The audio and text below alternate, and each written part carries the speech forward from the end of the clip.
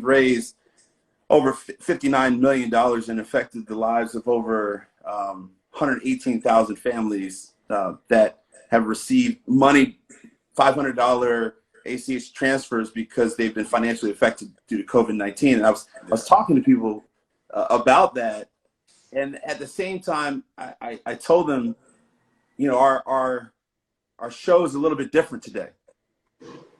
You know, there's so many things that are happening in the world right now that we have to confront and that we have to talk about. And I know, you know, a couple of days ago, I reached out to you and I was like, I'm looking forward to talking. You were like, we got to have this conversation right now. And I was just telling the audience that, you know, even as I was waiting for you, I was actually just preparing myself for our discussion because, you know, I don't know if you know Tez Bryant, but he's in the room.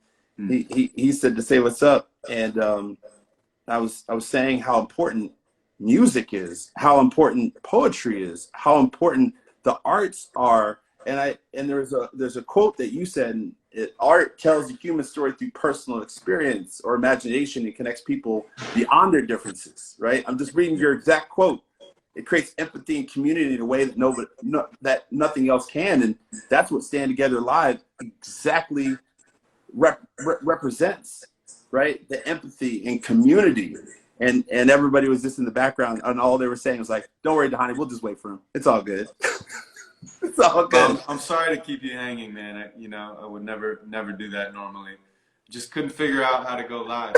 No, there's a great Maya Angelou quote that I just wrote down the other day that talks about what you're saying. And she said, if you're not angry, you're either a stone or you're too sick to be angry. You should be angry, but you must not be bitter, because bitterness is like a cancer and it eats upon the host. It doesn't do anything to the object of its displeasure. So use that anger. Yes, you use it, you write it, you paint it, you dance it, you march it, you vote it, you do everything about it, and you talk it, you never stop talking about it. And that's it. It's like we have to find ways to take this energy and do something constructive and create from it. And you know, the dream is that this sparks not only a revolution in policy change and in the way that we see each other and in empathy and compassion for other people's experience, but also a whole new group of artists, even people who've never seen themselves as artists before, who are willing to tell their story through different genres. And that's certainly something that I hope comes out of this as well. Well, I think it's only fair that I properly introduce you. For those that are joining, thank you so much for coming on to Stand Together Live. I just want to say that I'm so happy that my friend NQ is here. Arguably one of the greatest poets of our time, that has a really unique way to deliver not only his message and his story, but it resonates with so many people. And I've seen the effects of your words. Def Poetry Jam on HBO, you know, you've presented to the presidents. You've presented in front of so many people, and some of the lyrics and some of the music some of the words that you created have lived in the music by people that have created amazing songs. But I think there's one thing that you also do that's really important, is you help people reach this level of authenticity, right? And that is through the words that you are able to communicate to other people through your poetry, but also through your music, but more importantly, through the businesses and through the mindsets of those leaders that are in our country today. And so without further ado, NQ, welcome to Stand Together Live. I'm just so happy. And as I told people before, you know, we're kind of changing today's narrative because of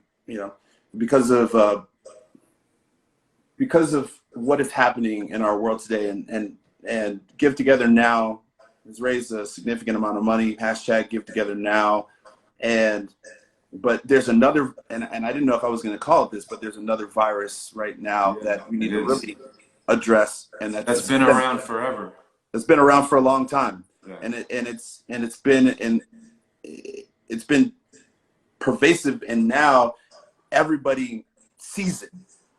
And one of the things that you also said, you're right downtown, and you're right. Well, you're not downtown LA, but when I talked to you the other night, you told me that you heard the protesters, you heard people outside.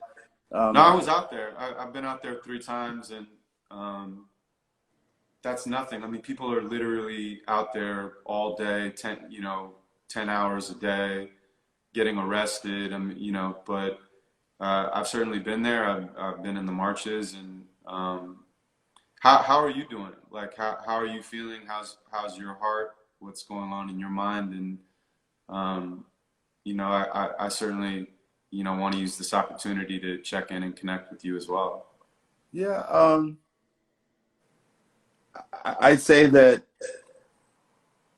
there's so many parts of this ninth day since just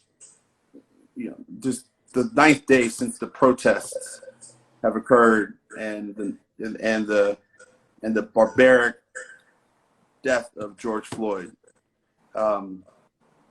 There, I've thought back to Ahmaud Arbery, and so many others, and as I've gone through like the different Instagram feeds, I've gone through the Twitter pages. It just seems like an endless list of my Black brothers and sisters that have been taken from us. Yeah. And there was an article written by a friend of mine, Tracy Maitland, who's in the financial industry, and I'm surprised a lot of other people didn't say it, but he said it just so explicitly. He said he could have been George Floyd. I could have been George Floyd. I'm 42 years old, and I've had countless experiences and run-in with authority where now I feel like those emotions come back. Right.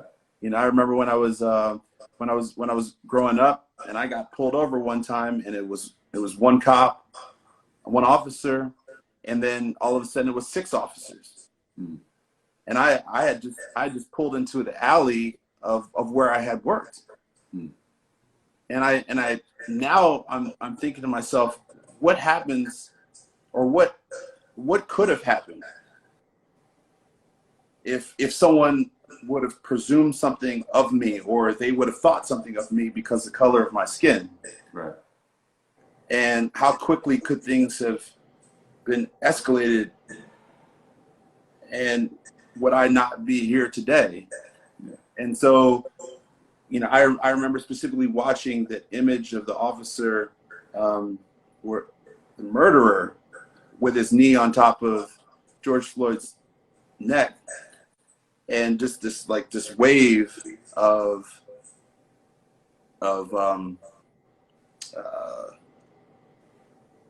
this wave, this emotion, this emotional roller coaster of both the past and the present, and what to do now, sort of just bubbled to the top. And I'm grateful that people call me. I'm grateful that people reach out. I'm grateful that people ask how I'm feeling, because I think that it lets me know that people are truly concerned, and if anything's evident by the protests and by everything else that's happening in this world, nobody's going to be silent anymore. Nobody's going to be silent. Yeah, I think thank you for sharing that, man. There's racist people out there. There's just clearly racist people out there. And then there's another level of people who are white that don't think that they have any privilege. And, they're probably racist in subtle ways or unconscious ways. And then there's another level that says, yeah, you know, we do have privilege and we're aware of it and we don't think that it's right, but we have the luxury to not think about it all the time. Mm. You know, you do things like you donate, you know, you have many types of different friends in many different places. You create art, you vote for people that you think will represent your values. But still, you don't have to think about it day in and day out. And that's a different type of privilege that I know that I have, that I don't have to think about it day in and day out. And yet, me not thinking about it, what I've been thinking a lot about lately, in every single moment means I'm asking you to carry that weight. And you guys should not have to carry that weight anymore for America. It's really disgusting and it's heartbreaking. And it's time that everybody wakes up and that we all take responsibility for the inequality and the systemic racism that's in our system, that's been inherent in our system since the beginning of it. And I don't understand why Black Lives Matter is a controversial concept for people. I actually can't even fathom how someone can hear that and have any argument. Mm. But, you know, yeah, I just, when I was out there, it is multicultural. And it is a lot of people standing up now. And you know, I hope that it doesn't go back to any type of normal after capitalism starts to spin again. But all I can do is do my part and try to do the best that I can as an artist and as a person. And I think you've done a wonderful job doing your part. And I appreciate you saying those words. And more importantly, I appreciate the words that you write. And I want everybody to be able to hear a specific poem called Together that I know includes some of the lines that are of which you just spoke about. And because I want to get into where you found your voice. You know, I know that there's a lot of people that are sitting at home that are watching, and they're hurting too. And I want them to hear. I invited them to all while we were waiting to go to your YouTube page so that they can hear your voice. But now that you're here, I would love for you to share Together with us. Yeah, I think it's important. Yeah, I'll read that piece. And by the way, you know, for anybody who's listening, if you are feeling like you're in pain and you don't know what to do, you know, one thing to do is just try to give. You know, just try to give to someone who's in a worse situation than you. And that's one of the reasons this Staying Together is so amazing, because there's a lot of people who are still struggling on a lot of levels right now. And so that's what I've been trying to do, is every single day just find ways that I can show up and find ways that I can give. I wish it didn't take a disaster to bring us together. I wish it didn't take a mass shooting or hurricane weather. I wish it didn't take a tragedy for us to just be better to each other, to have respect and care for one another, to look out for our sisters and our brothers, for our fathers and our mothers, no matter their religion or their colors, no matter their political opinions or the gender of their lovers. There's nothing that the human story doesn't cover. But usually we judge a book by its cover. We skip the content as if we know what we'll uncover, then use our certainty as an excuse to blame each other. We shame each other as if we're not the same each other. Yet when disaster strikes, we all unite to put aside our pride and do what's right. We'd sacrifice our lives to do what's right because it's right, in spite of everything that came before. The very people that we used to fight, now we fight for. And it makes me wonder if that's human nature at its core. We want to help our neighbors, we just don't know who they are. We want to help our neighbors, we just don't know where they are. I watch him kicking down the door, facing danger for a stranger, while I donate from afar, wishing that I could do more. wishing we could show the type of generosity we do in a catastrophe except before, like on the Congress floor. Shouldn't we feed the poor or offer benefits for soldiers coming back from wars? Provide health care for those of us that can't afford it, or higher education for the next generation without credit card extortion? Why can't we all agree that Black lives matter?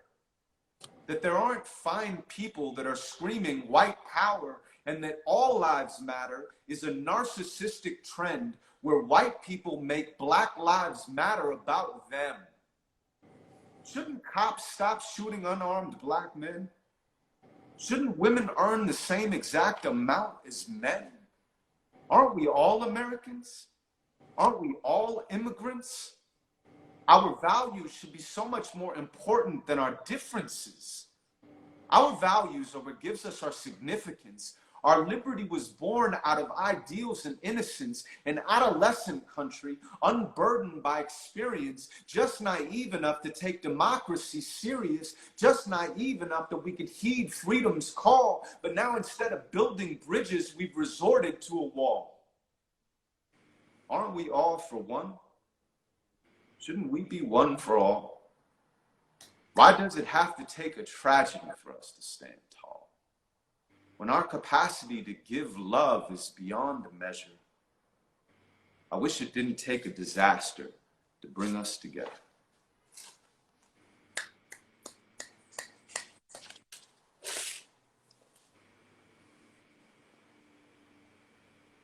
How do you find your words?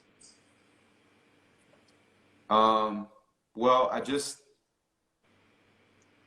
pay attention to when I'm inspired or when I'm moved or when I'm angry. And then I start the piece there. And right now I'm inspired, I'm moved, and I'm angry.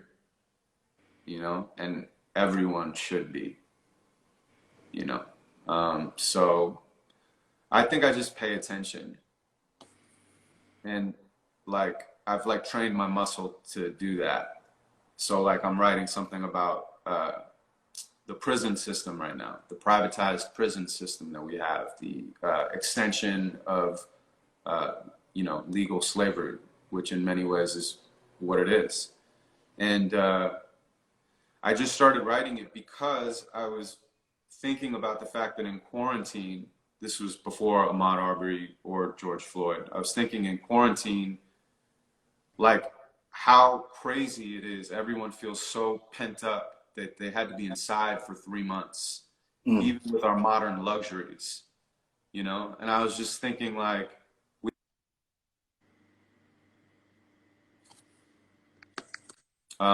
have to change basically like the prison system. We have to reimagine prison once the quarantine is over, you know, after citizens experience time and forced closure, when a day feels like a month and a month feels like a year, you know, so it kind of starts building. I haven't really completed it yet, but it's about that idea of someone experiencing something, rather than just saying, oh, it's okay to, you know, like people don't stop being people just because they break the law. Yeah. You know, and we don't ever look at why people are in those circumstances in the first place. We're problem oriented rather than solution minded, and that's why the whole defund the police thing is there, because it's like, well, where is the money going? You know, why can't the money go into programs? You know, art programs, education programs. You know, just things that actually can build up the community rather than finding ways to tear down the community. So anyway, so that's something that I'm thinking about now, and I've started to explore. One of the interviews that I saw you talked about formulating your idea and how you are both the conduit and you're also the barrier. Yeah. And if you could just expound upon that a little bit, because I can only imagine, you know, in the midst of anger and frustration, sometimes those battles become even that much more intense. where you can't allow the words to flow onto Mm-hmm. the paper because you're fighting sort of the natural progression of those words. Yeah, I mean, like, for example, if I'm thinking about being great or writing something that other people are going to like, or my ego being validated or trying to monetize my art form, I'm getting in the way of what the poem wants to say. You know, if I'm thinking about, uh, I don't know, just like saying something that will be meaningful to this large group of people, then I'm actually separating myself from that kind of deeper voice of truth. So in that way, I'm like the vehicle for the poem, but I'm also the obstacle for it, you know? And sometimes I'll say something that I really like, but it's not right for the poem. Mm. And so I have to like pay attention to that and move it out of the way. I mean, I'm sure when you were playing and, you know, I knew you and saw you before I knew you, you know, like I used to watch you. We're the exact same age too. So, you know, I would watch the games and stuff, and, you know, you're such a great fucking football player, man. And I would watch you, how you would, your leadership. So it's like for you, probably the same thing. And I would ask you that question when you were on the field. You probably are the vehicle for moving everything forward, and also the obstacle in terms of what you would allow to come into your head. Like, what was your motivation in moments when you were down and you had to come back and you had to keep everybody else up? It's actually, it sounds like it's very different, but it's actually similar because it's training your mind to focus on the flow of it rather than to get in the way, you know, in order to accomplish some sort of a goal. Yeah, one of my I actually took a long time to be able to kind of come to grips with that balance, right? Because sometimes as an athlete, you're on the field and you really live within your own world, but when you kind of become a middle linebacker and the defense is yours, in order to step up your game, you have to be able to work through the issues that you have, put them to the side, and then work through the issues that everybody else has, put those to the side, then talk to the defensive coordinator so we can make sure we're all on the same page. And so one of my therapists would, or my psychologist would always say, you know, regroup and refocus, right? He would always say that. And it really spoke to just really kind of entering this place of calm where I'm able to analyze everything that's happened just in that specific play, and how can I fix myself. Once I've worked through that, then do the same thing with the team around me, and then do the same thing with the coach. But one of the questions that you asked me that's more relevant to what's right now, I had to do that because I knew that as an athlete, we have a platform. I knew it because we are, as an athlete, as we play, we have an opportunity. We have a voice, but that voice is heard through the impact that we make on the field, and now we're able to take that off the field. Right.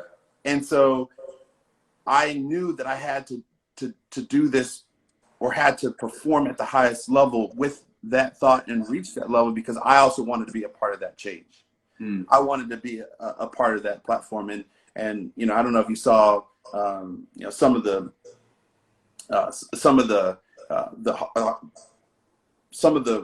words that some of the athletes have said, like Aaron Rodgers and LeBron James and Demario Davis and Malcolm Jenkins and so many other people, Players Coalition. I think what they are saying is because of the way that they play, they have a platform, and because they're able to take that platform and they're also able to be a part of the movement. Yeah, LeBron James is incredible, man. He's like just an unbelievable leader on and off the court. And it's good what he said about Drew Brees, which is just a ridiculous statement that we don't have to go into, or we can go into. But I would say this: it's good what Demario Davis said too, knowing that Drew Brees was able to come out and correct himself and apologize, knowing that he has to learn, right? Because he's actually admitting to an issue that we all have as people, when we feel as though we have so much pride that we can't say, I made a mistake. And that's part of what our country needs to go through.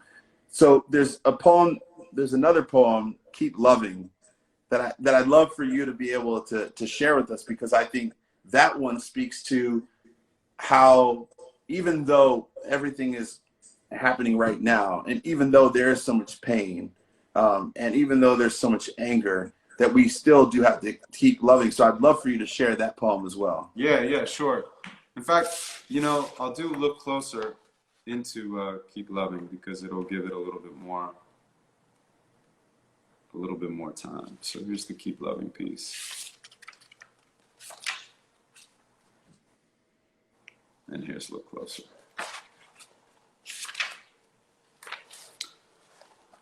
Look closer. Behind every stranger is a person. The stories are different, but the journey is the same. We're too caught up on the places or the faces or the names. And when we focus on the differences, it's easier to blame, because it's hard to see the picture when you're hung up on the frame. America's a work of art because of struggle and pain. From the crowded city streets to the Rocky Mountain range, our country is alive and the spirit still remains. So the highways twist and turn across the map like they were veins, connecting us together even when we can't agree. Because our common ground is that we have the freedom to be free, to take responsibility for who we choose to be, to find a compromise between the things that we believe. Because despite our disagreements and the ways we've all felt, if you stop and look close enough, you might just see yourself. Keep loving through the violence. Keep loving through the hate.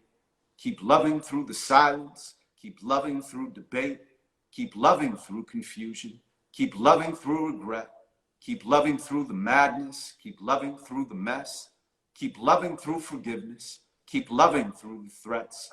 Keep loving through indifference. Keep loving through distress. Keep loving through the changes. Keep loving through the death. Keep loving until loving is the only thing that's left. That's beautiful, man. Some people were in the chat and they were just like chills. They're like emotional. Why is it important for you to? Why is empathy important for you? You know, the most things that I've ever learned is from people that were different from me.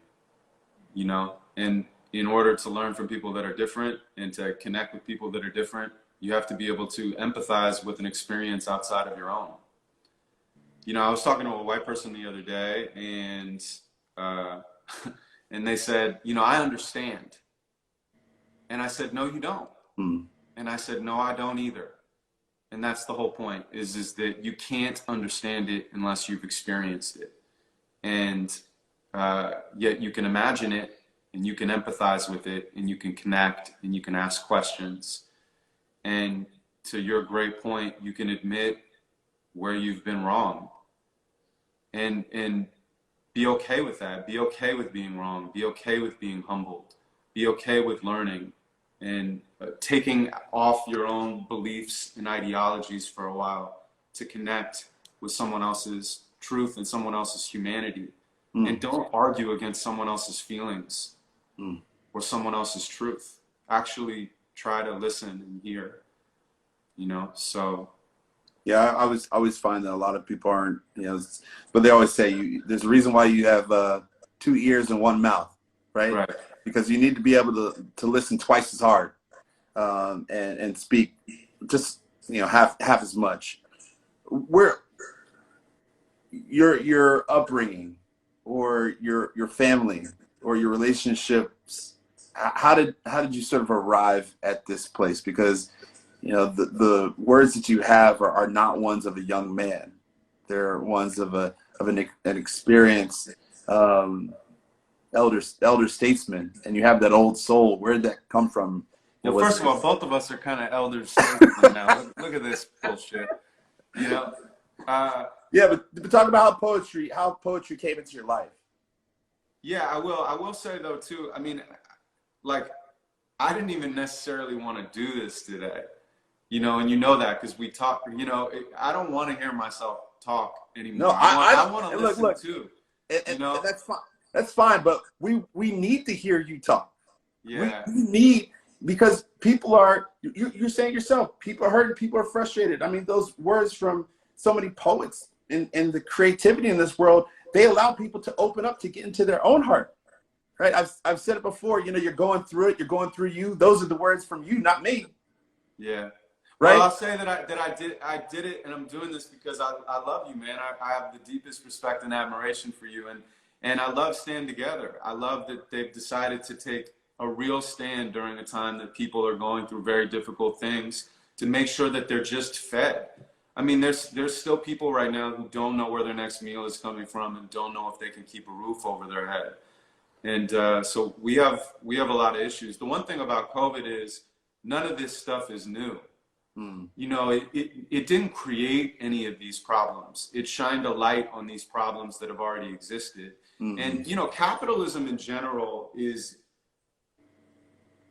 it's almost created to distract us from ourselves and from our environment. You know, I'm not going to, I consider myself a conscious capitalist, and I could go into a whole diatribe about that and the negative effects of unconscious capitalism and greed and the unsustainability of continuing to profit off of the suffering of people on the planet over and over again. But I would also say the one thing is now that the wheel is kind of grinded to a stop, you know, separate from even the fact that we all witnessed two unarmed black men getting murdered. We witnessed it within a week and a half. There's also that people have had 3.5 months where if you can't spend $1 and you can't make $1 and you can't watch sports and you can't go to a concert and you can't go to a new movie and you don't have a job, you're not in school, you start to look around and go, wait, is this working for me? And it's clear that this is not working the way that it is. You know, there's just so many people who are just dealing with such an overwhelming amount of inequality.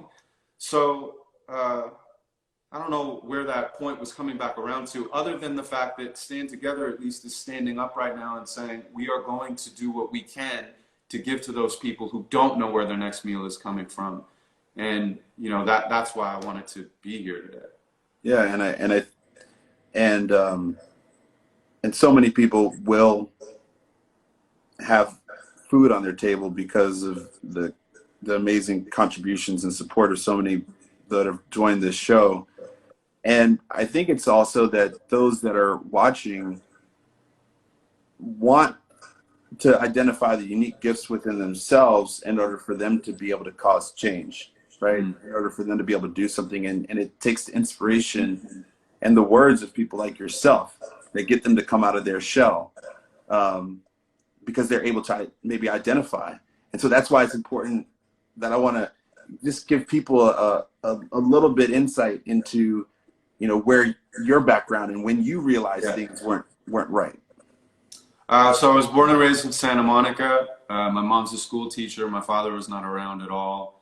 And I didn't meet him until I was 15. And then we didn't really have a relationship in life. I mean, you know, I can count on fingers how many times I was actually with him. And I just fell in love with hip hop when I was young, man. I mean, we're literally the same age. So we had the same musical influences, you know, same time period. And I was just so blown away by the freedom of the expression. And it was very empowering for me at a time that I felt not empowered. I didn't feel like I knew who I was. I was always kind of looking outside of myself for who I was supposed to be. I think that had a lot to do with not having a dad and the specific way that I grew up. And just freestyling was freedom, man.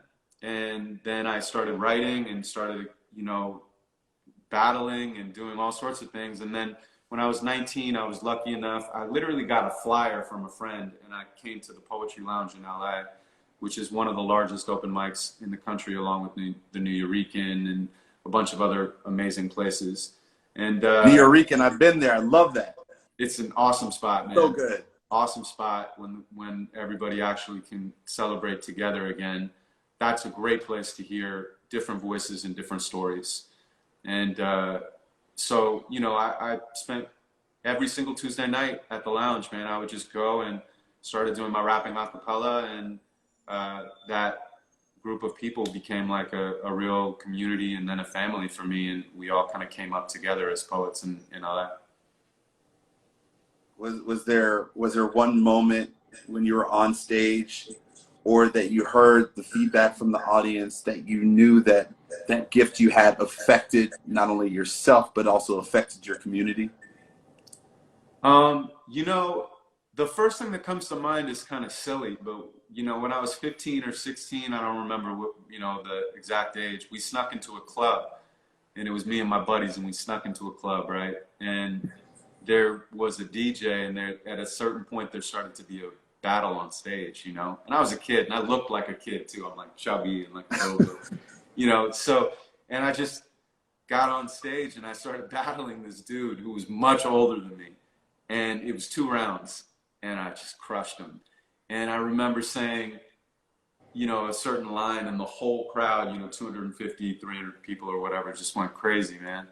And that was the first time that I felt like alive and empowered, you know. And from that moment on, I knew that expressing my truth was something I wanted to do for the rest of my life in whatever form I could. That's because you were that old soul. You weren't really the younger kid. You were the older kid, right? No, you were already coming to battle because you had been through battles before you were even born. well, I'll take it. Thank you. I bow to your compliment. I don't know if I agree, but so how would you advise people? You know, you mentioned before about, well, we all know that COVID-19 is going on, even though that the protests, I feel like, have dominated the airwaves. There's really people that are still getting sick. yeah. And how would you advise other people to use their gifts during times right now? Yeah, I mean, I think it's similar to what Maya Angelou said. It was, you know, you have to find a way to march it, sing it, dance it, you know, write it, vote it, poetry it, and find ways to have conversations with people around you. You know, ask them how they're doing. Just find ways to be of support and of service. You have to donate it. Every single day I've donated this week to something different. And I'm not saying that to pat myself on the back. It literally has nothing to do with that. It's just, I'm hoping that that winds up telling the people that are listening that I'm taking my own medicine as well. I'm not just like telling other people to do things. I'm trying to do these things myself because I don't know what's going on either. And I don't know where it's going. And I have my own uncertainty and my own fear. But I also have hope. And I also think that this is a time where people really are waking up. And, you know, we won't go back to normal. I believe that, and I'll at least do my absolute best to make sure of it. Yeah, I didn't know if you had an opportunity to watch the town hall yesterday with President Obama, but Yeah. I thought it was a great forum where he was able to talk about a lot of different things in sort of the arena of hope. He said that, you know, kind of what you were talking about before. It's let's not make this time, or let's make this disaster or make this tragedy into a moment. Let's make it Right. let's make it into a time in history where things change, and we all have a responsibility and we all have a role to play. And while those sit on the front lines of protest, we need to have the follow-up by virtue of those that are communicating through policy and having discussions like you're talking about in your poem together within government. And it all has to work at the same time, and music needs to be able to play that role as well. Yeah. So I thought that was a great discussion that he had. And I think the other part is we all need to read. We all need to understand a little bit more. Yeah. We all need to educate ourselves so that we can go into discussions and we can actually come out with an outcome. That's another thing that you talked about, that Obama talked about. And I think people are starting to talk through, and they're starting to submit ideas where we want to see change. Yeah, I mean, that's been a lot of the issue with movements have been moments. Yeah. And they haven't gone beyond the moment. And, you know, my example for that is if you look at like the Occupy Wall Street thing, this was a huge movement, but the moment passed and really nothing concrete happened that at least I'm aware of. Maybe somebody can educate me, you know, but this, you know, this movement is different. First of all, Black Lives Matter and all the other organizations that are working towards equality in America, they have very specific asks. And at least in Los Angeles, you know, one of them is the defunding of the police, and $150 million were taken off the table last night. And they also said, or yesterday at some point, and they also said something about creating an independent investigator to look at police brutality that was outside of the system. I can't say whether or not these things are right or wrong. I don't know enough about the specifics. But what I can say is that we need to translate, you know, this emotion, this anger, this sadness, this hope into policy change. And this movement can't be a moment. It has to be a turning point for all of us. I know you and I can talk about this for a long time, and I know where, you know, I need someone to call out Mark Zuckerberg so we could just like get this Instagram live to go on a longer amount of time. But there's another poem you wrote in terms of superpowers, and I know you don't necessarily want to read the whole poem, but I think what I'd say, can I read the top of it? Yeah, you read it. I'd be happy if you read it. So in your poem Superpowers, it says, when I think of superheroes, I think of superhuman. I think of Superman, Black Panther, Wonder Woman. Usually they have a cape or a mask to hide their face. They have X-ray vision and superhuman strength. Some can't even breathe in outer space. They fly around a while, but always come back to keep our cities safe. They're here to save humanity from itself. It's a metaphor for how we look outside ourselves for help. And while the fantasies are fun, I choose to look at me and you. Yeah, we love superheroes, but we have superpowers too. And the poem means a lot to me, because I think that even as, you know, our discussion is heavy, we all need to realize that we have strength and we have lightness, which creates superpower strength within us, so that we can all be a part of the change. We don't need to wait for one person to come back to save our city. We all need to work together to save our city, and to save our cities, and to save our people within the cities, and to save our communities. Yeah, that was the Obama quote, is we are the ones that we've been waiting for. And whether or not you know, agree with everything Obama did, how amazing was it to watch a mature adult, you know, a man, talk yesterday about what's going on in this country, as opposed to an immature boy tyrant, which is what we have. Somebody that's much more interested in their own ego than anything else. He has no idea of right or wrong, you know, and his morals, if he has any at all, are adaptable based on what's best for him in that particular time period. So to watch somebody explore hope, you know, it brought some peace to me, and it made me miss true leadership. But that was his quote, is that we are the ones that we've been waiting for. And the time is now. You know, we all have to find ways that we can step up and to be a part of the solutions rather than the problems. And that's the thing, you know, is I put different things on my Instagram, I know I'm going to get it wrong, man. You know, I wrote poems about racism in the book. I know that I got them wrong. They're naive because I didn't experience it. And I knew beforehand that they would be partially wrong. But I also think everyone has to be willing to be wrong at the expense of being in the conversation. Yeah. Getting in the arena, you know, standing up for the things that you believe in and being willing to listen and being willing to realize that what you thought for so many years is actually not right.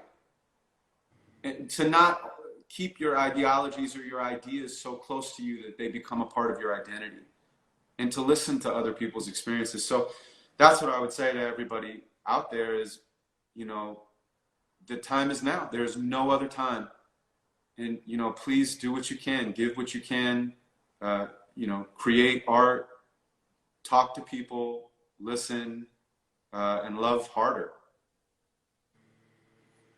And Q, I can't say anything else except for thank you. I hope everybody that has watched today's conversation feels inspired, feels moved,